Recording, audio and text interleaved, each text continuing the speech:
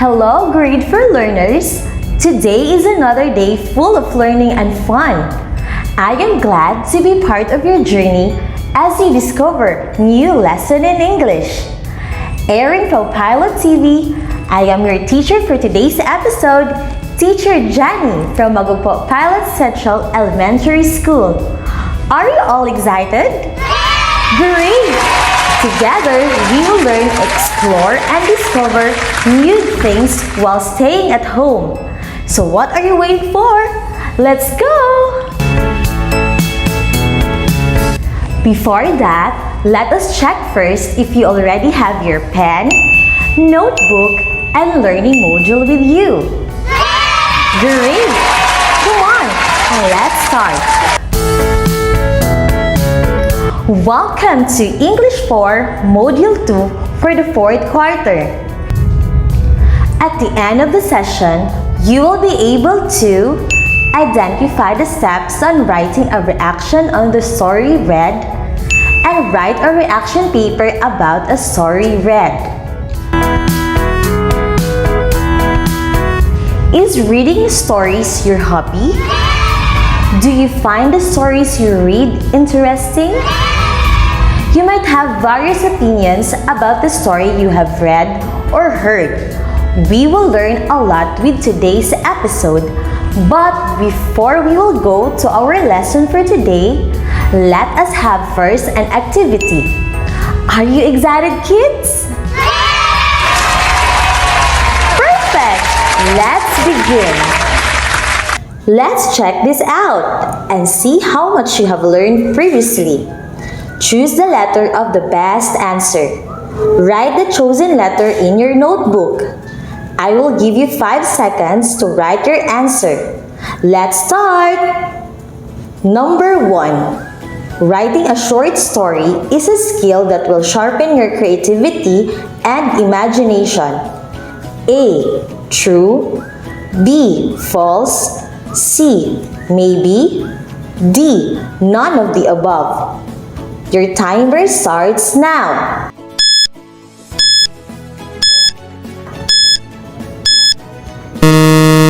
Time's up! Do we have the same answer?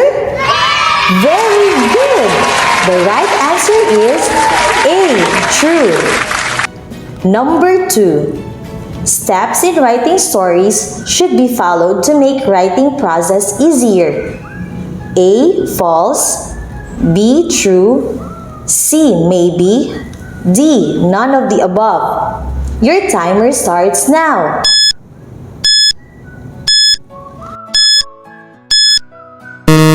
Time's up! Can you tell me the correct answer? Perfect! B. True. Number 3. The plot contains the beginning, middle, and the ending. A. True. B. False. C. Maybe. D. None of the above.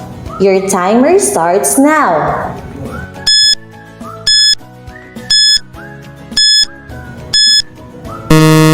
Time's up! Do we have the same answer? Great! The right answer is A. True. Number 4. In story writing, the first step is to think of an idea or topic that you want to write. A. True. B. False. C. Maybe. D. None of the above. Your timer starts now.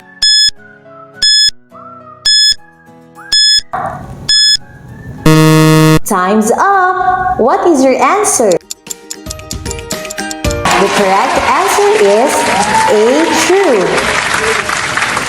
Number 5. A short story with no conflict can be rather dull. Is this true? A. No. B. Yes. C. Maybe.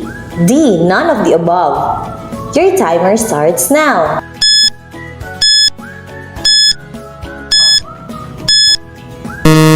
Time's up! What is your answer? Correct! Letter B, yes. Good job, kids! That was a fun activity. It seems that you really understood your previous lesson. Before we proceed to our new lesson, let's have a quick review on the previous episode. Can you still remember it? Let's find out!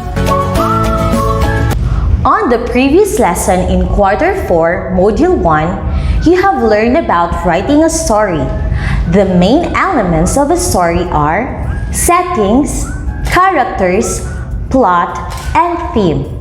You have to follow significant steps in writing stories from beginning to end. It is a great way to make the writing process a whole lot easier. These are the following. Step 1. Think of an idea. Step 2. Create a character and a setting. Step 3. Identify the beginning.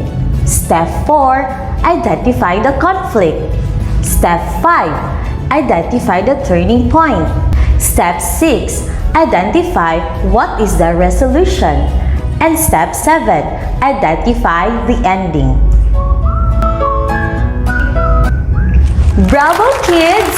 I know that you're doing great in writing your own stories. As a student, it is important also that you know how to write a reaction paper correctly.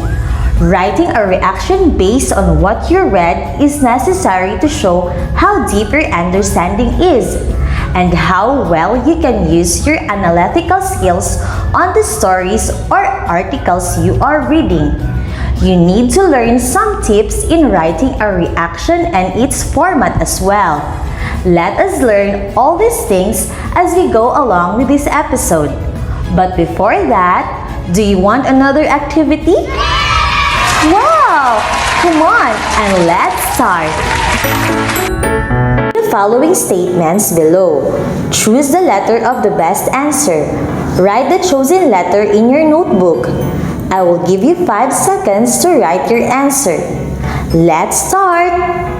Number 1. You cannot write stories based on a real-life experiences. A. True. B. False. C. Maybe. D. None of the above. Your timer starts now.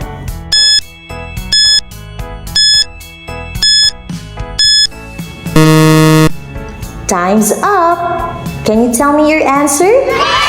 Great! The correct answer is B. False. Number 2. Writing a reaction on the story or article you read will measure students' A. Emotions. B. Understanding. C. Analytical skills. D. B and C. Your timer starts now.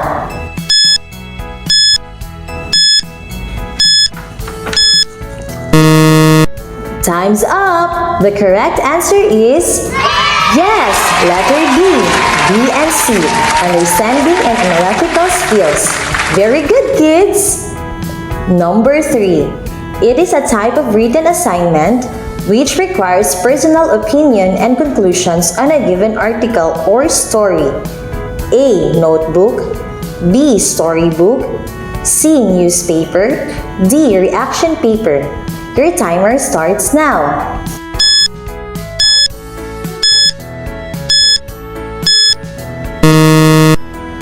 Time's up! Do we have the same answer? Bravo! The correct answer is D. Reaction paper. Number 4. It is a part of a reaction paper wherein you describe the author and the paper you are analyzing. The main ideas and problems you are going to discuss. A. Body. B. Conclusion. C. Introduction. D. References. Your timer starts now.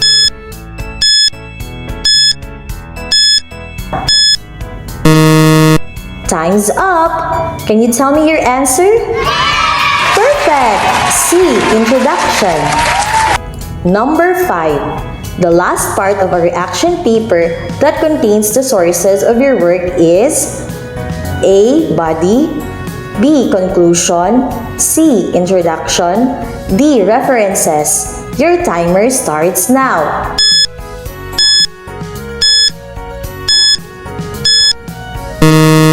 Time's up! The correct answer is D, references. Good job, kids! You've done the activity very well. Now, let's start our lesson. Are you excited? Fantastic! What is a reaction paper? A reaction paper is a type of written assignment which requires opinion and conclusions on a given article or a story. Unlike a summary, a reaction paper should contain your own thoughts on the problem discussed in the original text. Do you know the contents of a reaction paper? How to write it correctly?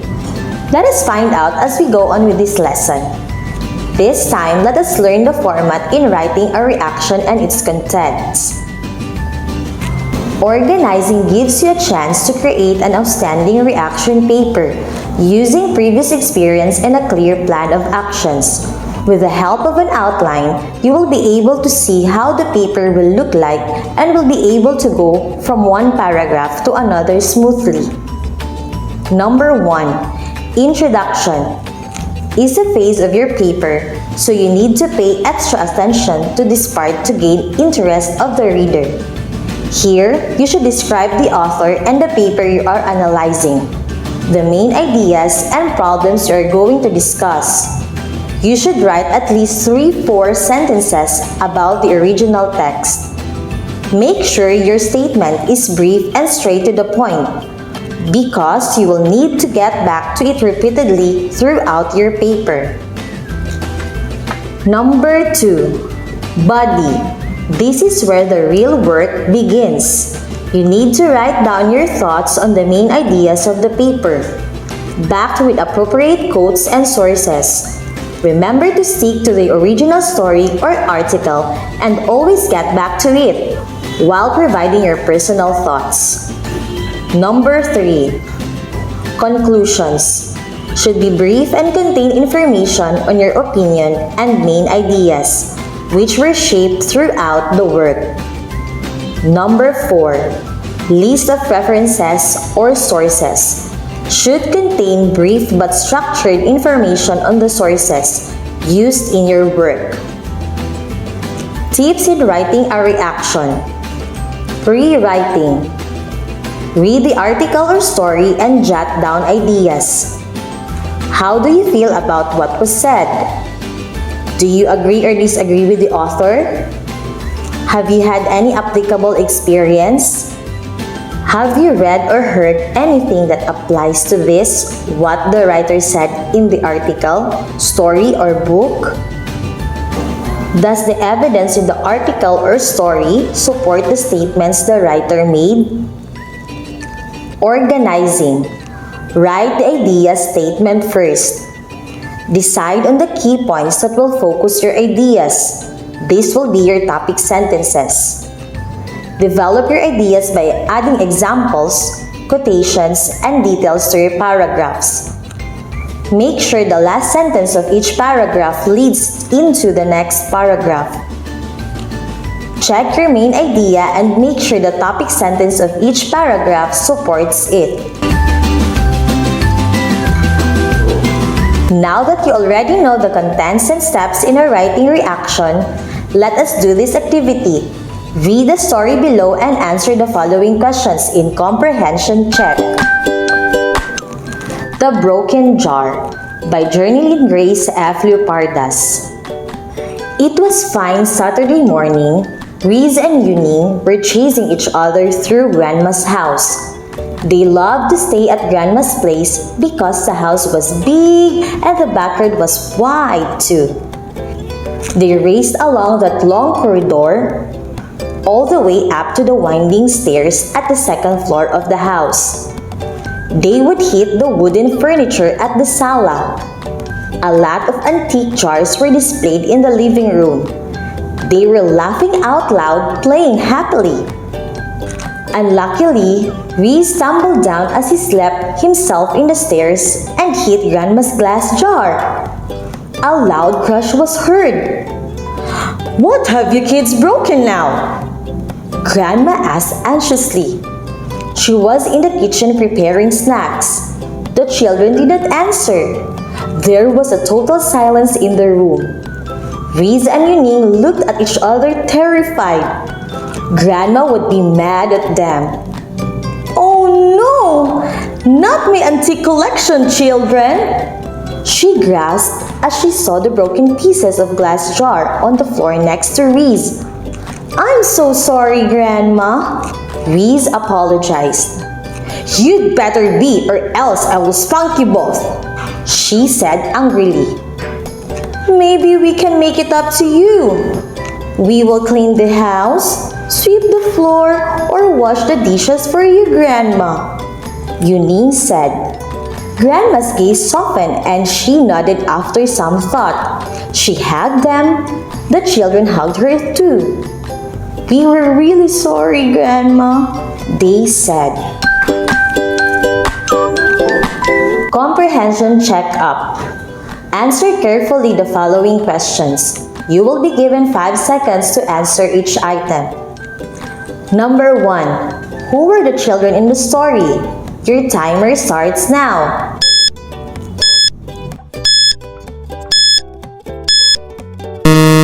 Time's up! Very good, kids! We have the same answer.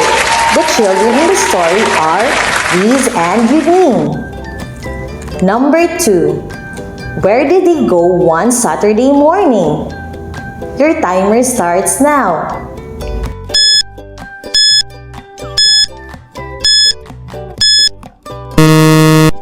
Time's up! What is your answer? Correct! They went to Grandma's house one Saturday morning. Number 3. What did the children do at Grandma's house? Your timer starts now.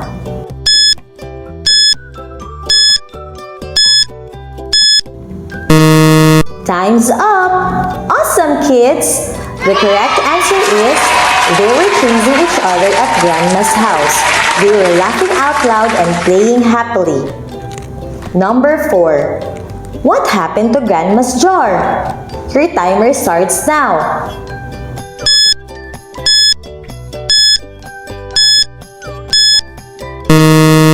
Time's up! Do we have the same answer? Perfect! The glass jar of Grandma was broken. Number 5. Why did the glass jar break? Your timer starts now.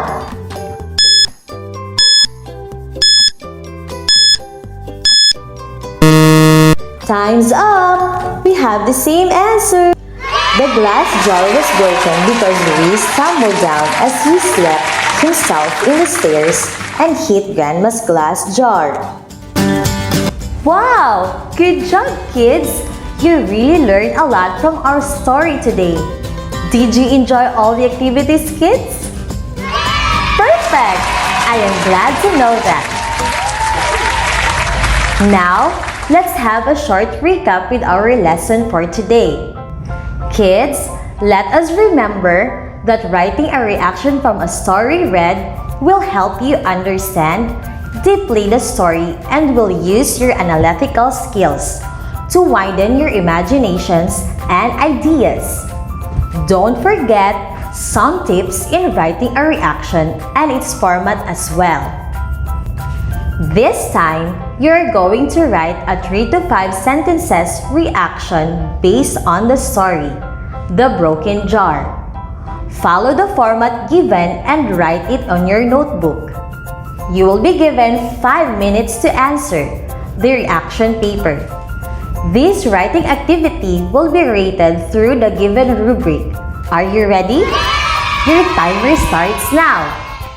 Rubrics for writing activity. Points and indicators. For 5 points, no error in spelling and grammar, legibly written and clean. For 4 points, minimal errors in grammar and spelling. For 3 points, not legibly written, not clean with minimal errors in grammar and spelling.